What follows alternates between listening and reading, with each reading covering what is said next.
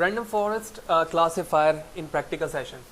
तो ensemble learning से हमने अपने टॉपिक का स्टार्ट किया कि इंसेंबल लर्निंग क्या है और कितने टाइप की है, किस तरह उसकी वर्किंग होती है, उसके बिहाइंड क्या थ्योरी है। अब हम उसी थ्योरी के बिहाफ पर काम जम कर रहे हैं स्पाइडर आईडी पर, जहाँ पर हम जाकर उसी डेटा सेट पर जो कि हम क्लासिफायर्स पर फ्रॉम द वेरी बिगनिंग काम करते आ रहे हैं, उस पर हम इसे इस्तेमाल करेंगे। तो रैंडम फॉरेस्ट क्लासिफायर पर हमारे पास ये 4 बेसिक स्टेप हैं जिनको फॉलो करते हुए हम अपने सेम डेटा सेट पर रैंडम फॉरेस्ट को इस्तेमाल कर सकते हैं। तो पॉइंट नंबर 1 पे बताया जा रहा है पिक एट रैंडम के data point from the training set. यानी आपने सबसे पहले अपने डेटा सेट को 2 पार्ट में डिवाइड किया, उसके बाद ट्रेनिंग डेटा सेट में से आपने के डेटा पॉइंट लिया, यानी के number of trees in simple word. Second में बताया जा रहा है build the decision tree associated to these K data point. यानी हर एक डेटा पॉइंट के लिए हमें एक डिसीजन ट्री बनानी, क्योंकि हमने एंसेंबल लर्निंग से ही देखा है कि रैंडम फॉरेस्ट में different number of decision tree involve होते हैं। यही वजह है कि जब वो डिफरेंट ट्रीज बनते हैं तो हम उसे क्या कहते हैं, फॉरेस्ट कहते हैं। रैंडम कहने की वजह क्या है कि जो पॉइंट हम ले रहे हैं अपने ट्रेनिंग डेटा सेट से वो रैंडम ले रहे हैं। तो हमने रैंडम के डेटा पॉइंट ले लिया, उसके बाद उसकी ट्रीज बना दी। ट्रीज बनाने के बाद बताया जा रहा है choose the number of entries of tree you want to build and repeat step 1 and 2। तो आपने n नंबर ऑफ ट्री लेना है और उसके बाद जितने आप ट्री बनाना चाह रहे हैं आप वो ट्री बनाते जाएंगे। बनाने के बाद 4 पे बताया जा रहा है for a new data point make each one of your entries predict the category to which the data point belongs and assign the new data point to the category that wins the majority vote। यानी जब आपने number of tree बनाए, उन tree की category की जो prediction है उसको आप किस तरह से हैंडल करेंगे, उसके लिए बताया जा रहा है कि आपने डेटा असाइन करना है एक उच्च कैटेगरी को, और उसके बाद उस डेटा के बिहाफ पर आप उसके वोट्स काउंट करेंगे। जैसे इंसेंबल लर्निंग पर हम देख रहे थे कि स्पैम ईमेल है या नहीं है, तो वो नंबर ऑफ ट्रीज बताएंगे कि एक्चुअली ये जो वैल्यूज है इसके रिस्पेक्ट से इसका आउटपुट क्या होगा। फॉर एग्जाम्पल हमने इस वक्त 10 ट्री बनाई, तो 10 ट्री के अंदर हमने नंबर ऑफ वोट्स काउंट करने हैं कि जिस डेटा के जरिए से मैं आपको आउटकम वैल्यूज का कह रहा हूं उस रिस्पेक्ट से एक ट्री की वैल्यू क्या है, दूसरे की क्या है, तीसरी की क्या है, चौथी की क्या है, एंड सो ऑन 10 की क्या है। उसके बाद जो उन तमाम का आउटपुट होगा वहां पर आप नंबर ऑफ वोट्स को काउंट करते हुए उसके एक्चुअल आउटपुट को शो करेंगे। लिहाजा इस थ्योरी को यानी इस पॉइंट्स को जानने के बाद अब हम मूव करेंगे स्पाइडर आईडी पर, जहां पर हम नंबर ऑफ के को डिफाइन करेंगे, ठीक है, और उसके बाद हम ट्री एसोसिएट करेंगे डिसीजन ट्री को। उसके बाद हम n नंबर ऑफ ट्रीज बनाएंगे with respect to step number 1 and 2, और उसके बाद मेजॉरिटी ऑफ वोट्स के रिस्पेक्ट से देखेंगे कि स्पाइडर आईडी किस तरह से उस वैल्यू को प्रेडिक्ट करके हमें दे रहा है। Now I am in spider ID, और ये हमारे पास इस वक्त जो डेटा है वो सपोर्ट वेक्टर मशीन का है, तो मैं इसे कॉपी कर लेता हूँ। कॉपी करने के बाद हम एक सेपरेट फाइल बना लेते हैं और मैं इसे सेव कर देता हूँ रैंडम फॉरेस्ट के नाम से। तो RFC control V for paste, and उसके बाद हम एक्सप्लोरर पर आकर डेस्कटॉप पर सेट करेंगे, क्योंकि जो हमारा ओरिजिनल डेटा सेट है वो डेस्कटॉप पर मौजूद है। तो आप यहाँ देख रहे हैं मैंने डेस्कटॉप की सेटिंग कर दी है and everything is okay now. तो सबसे पहले हम इंपॉर्टेंट लाइब्रेरीज को इंपोर्ट करते हैं, शिफ्ट एंटर टू एग्जीक्यूट, और उसके बाद same data set, okay, similarly training and testing data set distribution, और feature scaling for better production, shift enter to execute. And इसके बाद जो हमारा पार्ट है वो सबसे इंपॉर्टेंट है। यहाँ पर हमें क्या करना है, scikit-learn से इंसेंबल लर्निंग को से इंपोर्ट करवाना है रैंडम फॉरेस्ट क्लासिफायर को। Let's see. तो सबसे पहले हम यहाँ लिखेंगे फ्रॉम sklearn डॉट ensemble। क्या इंपोर्ट करना है, रैंडम फॉरेस्ट क्लासिफायर। उसके बाद हमने एक वेरिएबल बनाना है क्लासिफायर का, और उसके बाद हम इसी क्लास ऑब्जेक्ट को यहाँ पर इंपोर्ट कर देंगे। इसके नंबर ऑफ पैरामीटर्स को देखने का आसान तरीका जो हम स्टार्टिंग से करते हुए आ रहे हैं इंस्पेक्ट एलिमेंट के लिए, तो हम करेंगे control I to inspect element and let's see. तो इंस्पेक्ट एलिमेंट करने के बाद आप देख रहे हैं कि इस वक्त मैं रैंडम फॉरेस्ट क्लासिफायर के हेल्प ऑप्शन पे मौजूद हूँ, और ये क्लासिफायर है और इसके पैरामीटर्स आप देखें तो n एस्टिमेटर्स यहाँ पर मौजूद है जो कि डिफ़ॉल्ट तौर पे क्या है 10 है, यानी n एस्टिमेटर से मुराद ये नंबर ऑफ ट्रीज। तो नंबर ऑफ ट्री डिफ़ॉल्ट तौर पर यहाँ पर क्या है 10 है, आप इसे चेंज कर सकते हैं। क्राइटेरियन के हवाले से बात करें तो हम डिसीजन ट्री से ही क्राइटेरियन पर काम कर रहे हैं, जहाँ पर हमने दो मेथड्स देखे थे कि हम अपने डेटा को किस तरह से डिस्ट्रीब्यूट करके डिसीजन लेते हैं कि कौन सा एट्रीब्यूट हमारे पास हाई प्रायोरिटी के साथ रूट एलिमेंट रहेगा। तो उसमें से एक हमारे पास टाइप क्या था डेटा को स्प्रेड करने का, गिनी, और सेकंड था हमारे पास इंफॉर्मेशन गेन।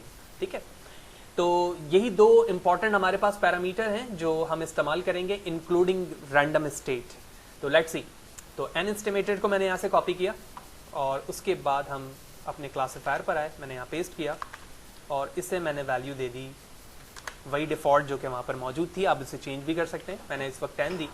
उसके बाद क्राइटेरियन हम यहाँ पर इस्तेमाल करेंगे इंट्रोपी, तो मैंने इसे कॉपी किया, यहाँ पेस्ट किया और उसके बाद हम यहाँ से इंट्रोपी को यूज़ कर रहे हैं, लिहाजा मैंने यहाँ से इसे कॉपी किया, सिंगल कोटेशन पे हम यहाँ पर इंट्रोपी लिख देंगे, that's it. And the third and last parameter is random state 0। So everything is okay now. Finally हमें क्या करना होता है, अपने डेटा सेट को फिट करना होता है। तो फिट करने के लिए हम उसी सेम डेटा को यहाँ पर पेस्ट कर देते हैं जो डिफरेंट प्रीवियस क्लासिफायर से हम यूज़ करते हुए आ रहे थे। तो हमारा ओवरऑल डेटा यहाँ पर क्या हो चुका है, रेडी हो चुका है। Now execute this code, shift enter to execute and everything is okay. Let's see the predicted value, shift enter to execute, zoom out, variable explorer पे चलते हैं और ये हमारी वाई प्रेडिक्ट वैल्यू है और ये वो ओरिजिनल डेटा सेट है जो हमने टेस्टिंग के लिए क्या किया हुआ है, रिजर्व किया हुआ है। तो to check the accuracy, move ahead and here it is your code for confusion matrix, shift enter to execute and here it is your confusion matrix. तो इस डेटा सेट के मुताबिक जो हमने डिस्ट्रीब्यूशन डेटा की हुई है उस पे हमारे पास 10 ट्रीज पर जो डेटा की एक्यूरेसी आ रही है वो ऑलमोस्ट 90 या ऑलमोस्ट अराउंड यही वैल्यूज आ रही है, क्योंकि 10 प्रेडिक्शन हमारी यहाँ पर क्या आ रही है, रॉन्ग आ रही है। तो हम एक्यूरेसी भी चेक कर लेते हैं, shift enter to execute and here it is your accuracy 90। तो ओवरऑल एक्यूरेसी हमने यहाँ पर देख ली और किस तरह से एस्टिमेटर से मुराद यहाँ पर नंबर ऑफ ट्रीज थे वो किस तरह से बिहेव कर रहा है। हमने क्राइटेरियन इंट्रोपी इस्तेमाल की और उसके बिहाफ पर हमने विजुलाइज किया। नंबर ऑफ ट्रीज को चेंज करता हूँ मैं। सबसे पहले हम अपने कर्नल को रीस्टार्ट कर लेते हैं। रीस्टार्ट करने के बाद मैं अपनी ट्रीज को 10 से 100 में कन्वर्ट कर देता हूँ। 100 पे कन्वर्ट करने के बाद हम ओवरऑल यहाँ से डेटा सेट को जो आई मीन कोड है एग्जीक्यूट करता हूँ, shift enter to execute, it's under process, everything is executed. Let's see the confusion matrix. Shift enter to execute and here it is, not this one. और आप देख रहे हैं कि नंबर ऑफ ट्रीज बढ़ाने की वजह से तो जो एक्यूरेसी आई हमारी वो थोड़ी सी बढ़ गई, क्योंकि पहले लास्ट टाइम जो हमारी रॉन्ग प्रोडक्शन थी वो 10 थी और अब वो कम होकर क्या हो गई है, 8 हो गई है। क्योंकि नंबर ऑफ ट्रीज जब हमारे पास बढ़े तो नंबर ऑफ डिसीजन क्या होते गए, इनलार्ज होते गए। जब वो इनलार्ज होते गए तो जो फाइनली हमारे पास वैल्यूज आ रही हैं एट लास्ट, जहाँ पर हम नंबर ऑफ वोट कास्ट कर रहे हैं, तो उस वोट की वैल्यू भी क्या आ रही होगी, यकीनी तौर पे ज़्यादा हो रही होगी राइट वैल्यू के रिस्पेक्ट से। तो उसकी वजह से हमारी एक्यूरेसी यहाँ पर क्या हो गई, लार्ज हो गई। Let's see the accuracy in term of value, shift enter to execute and here it is 92। तो 92 की एक्यूरेसी बढ़ गई और डेफिनेशन के रिस्पेक्ट से हमने देख लिया कि असेंबल लर्निंग के बिहाइंड थ्योरी क्या है और किस तरह से नंबर ऑफ ट्रीज बढ़ाने के रिस्पेक्ट से हमारी एक्यूरेसी चेंज हो रही है, बढ़ रही है। फाइनली हम अपने ग्राफिकल रिप्रेजेंटेशन पर चलते हैं। जिस तरह से डिसीजन ट्री की क्लासिफिकेशन थी विथ रिस्पेक्ट टू विजुलाइजेशन, इसी तरह से रैंडम फॉरेस्ट की भी होगी, क्योंकि यहाँ पर नंबर ऑफ ट्रीज एक से ज़्यादा हो चुके हैं।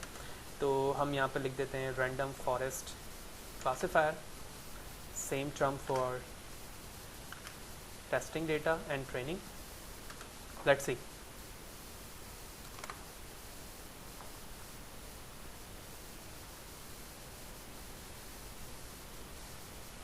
And here it is your graph. तो इस चार्ट पे आप देख रहे हैं कि बिल्कुल विजुअलाइजेशन की जो स्टेप्स हैं वो डिसीजन ट्री से मैच करती हुई है, लेकिन बेहतर एक्यूरेसी के साथ है, क्योंकि यहाँ पर नंबर ऑफ ट्रीज की क्वांटिटी क्या हो गई, ज़्यादा हो गई। तो ये एरिया ट्रेनिंग के लिए था, और टेस्टिंग के लिए जो पार्ट है हम उसे भी विजुअलाइज करके देख लेते हैं। Shift enter to execute.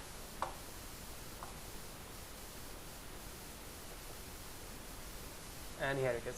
तो जो सेपरेट चंक हैं वो इस बात को जाहिर कर रहे हैं कि जिस तरह से आपके डिफरेंट ट्रीज की बाउंड्री होती है, उसी तरह से आपकी ग्राफिकल विजुअलाइजेशन भी क्या है, डिफरेंट स्टेप में या स्टेज पर मौजूद है, जो इस बात को जाहिर कर रहा है कि जब हम रैंडम फॉरेस्ट को इस्तेमाल कर रहे होते हैं तो जो ट्रेनिंग हमारा मॉडल होता है वो नॉर्मली ओवर फिटिंग की तरफ कन्वर्ट होना शुरू हो जाता है, क्योंकि आप देख रहे हैं कि जहाँ जहाँ पर आपका रेड डेटा है वहाँ पर हमारा जो ग्राफ है वो रेड प्लॉट होना शुरू हो रहा है, विच मीन जो ट्रेनिंग है, जो ट्रेनिंग का कॉन्सेप्ट है वो ओवर फिटिंग की तरफ जाना शुरू हो जाता है। जैसे जितने नंबर ऑफ ट्रीज आप बढ़ाते रहेंगे उतने ही आपके मॉडल के अंदर ओवर फिटिंग का कॉन्सेप्ट ऐड होता जाएगा। लिहाजा इस चीज़ को हमें बड़े इंपॉर्टेंट रिस्पेक्ट से देखना होता है कि जो आपके पास ओरिजिनल डेटा सेट होता है उसमें कितने नंबर ऑफ ट्रीज आप रखेंगे तो उसकी एक्यूरेसी बेहतर आए, और ऐसी एक्यूरेसी आए कि इन फ्यूचर जब भी वो प्रेडिक्टेड वैल्यू के रिस्पेक्ट से उसमें चेकिंग हो तो उसकी एक्यूरेसी बेहतर आए, ना कि उसकी एक्यूरेसी बिल्कुल क्या हो जाए, ऑकवर्ड हो जाए, जो आपने ओवर फिटिंग अपने ट्रेनिंग को विद रिस्पेक्ट टू ट्री की कर रखी है। तो ये तमाम थ्योरी और प्रैक्टिकल थी एंसेंबल लर्निंग और रैंडम फॉरेस्ट की, जहाँ पर हमने स्टार्टिंग से एक एक टाइप को डिस्कस किया। एक एक टाइप को डिस्कस करने के बाद हमने ओवर फिटिंग, अंडर फिटिंग के कॉन्सेप्ट को भी देखा, और फाइनली हमने उसी सेम डेटा सेट पर हमने इस क्लासिफिकेशन के मॉडल को भी ट्रेन करके इन टर्म ऑफ प्रेडिक्टेड वैल्यू देखी।